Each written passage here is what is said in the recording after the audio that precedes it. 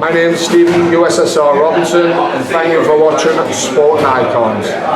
Right, so it's that time of the month again where we need to have a little look to see what changes have been made to the heavyweight world rankings. On this one, we're going to do the WBA, the World Boxing Association. Now, this one has been nothing short of disastrous for the past few months. The WBA seems to have dropped in a whole lot of credibility due to their rankings. But let's see if they have made any changes, and they have made some changes. I'll point them out as this video goes along. And for anybody who wants to cross-reference, then at the end of this video, last month's WBA heavyweight world rankings will pop up, just so you can do a cross-reference if you like.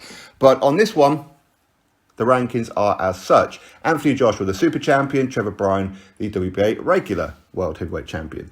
Number 1, Alexander Usyk. 2, Bogdan Dinu. 3, Deontay Wilder. 4, Luis Ortiz. 5, Andy Ruiz Jr. 6, Adam Kownacki. 7, Charles Martin. 8, Chris Arreola. 9, Ajit Kabayel. 10, Daniel Dubois. 11, Efe Ajagba. 12, Frank Sanchez. 13, Otto Wallin. 14, Khan Kosibutski. And number 15, Michael Coffey.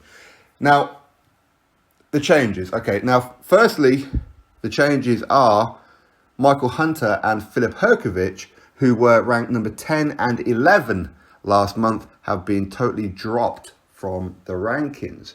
Now, you could say, well, maybe because they haven't had a fight in the last, well, since pretty much November for Filip Hrgović. Michael Hunter, of course, he hasn't had a fight since the Alexander Povetkin fight back in Saudi Arabia. So that would be a fair argument. But there's quite a few other fighters who haven't also fought for even longer than that, but they're still here. So that isn't the reason. I think the reason is because Filip Hrgović and Michael Hunter will be fighting each other for the IBF mandatory position. As we know, that's going to purse bid now. Okay, so we can look at that and say, okay, fair enough. But if that's going to be the ruling, then why is Alexander Usyk still ranked? As he's going to be fighting Joe Joyce for the WBO interim world heavyweight title. Doesn't really make too much sense, does it? Anyway, other changes, of course, the biggest one will be Bogdan Dinu, number 2, Deontay Wilder, number 3. Now, 2 months ago, Bogdan Dinu was number 2, Deontay Wilder was number 3. Last month, Deontay Wilder was number 2, Bogdan Dinu, number 3.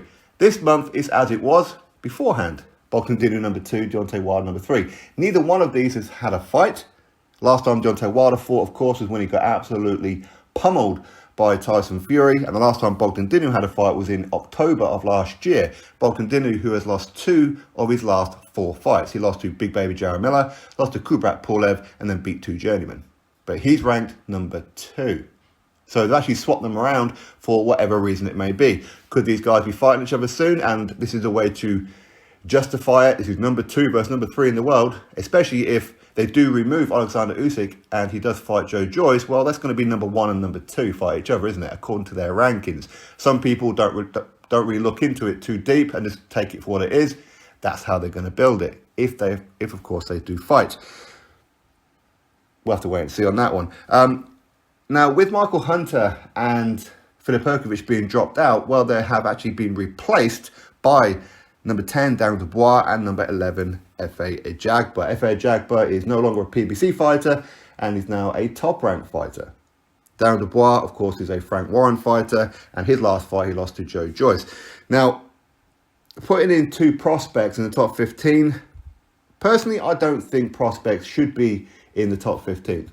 I really don't, unless they've defeated some top-rated opponents.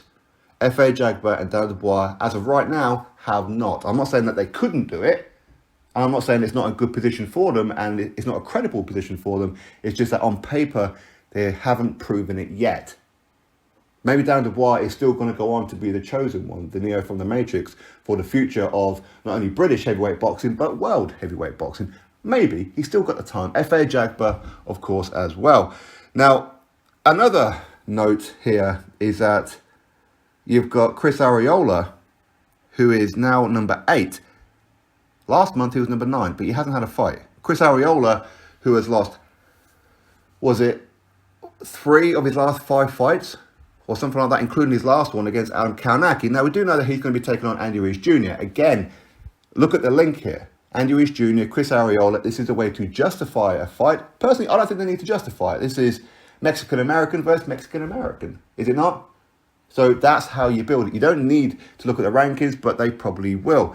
But anybody who knows even just a little bit about the heavyweight division should know that Chris Arreola should not even be close to a top 15, let alone a number 8.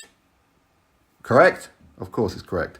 But again, just like last month, 9 of these top 15 are PBC fighters. 9 of them. Deontay Wilder, Luis Ortiz, Andy Ruiz Jr., Adam Kalinacki, Charles Martin, Chris Arreola, Frank Sanchez, and Otto Wallin. Oh, and number 15, sorry, Michael Coffey. So that's 9 of the top 15.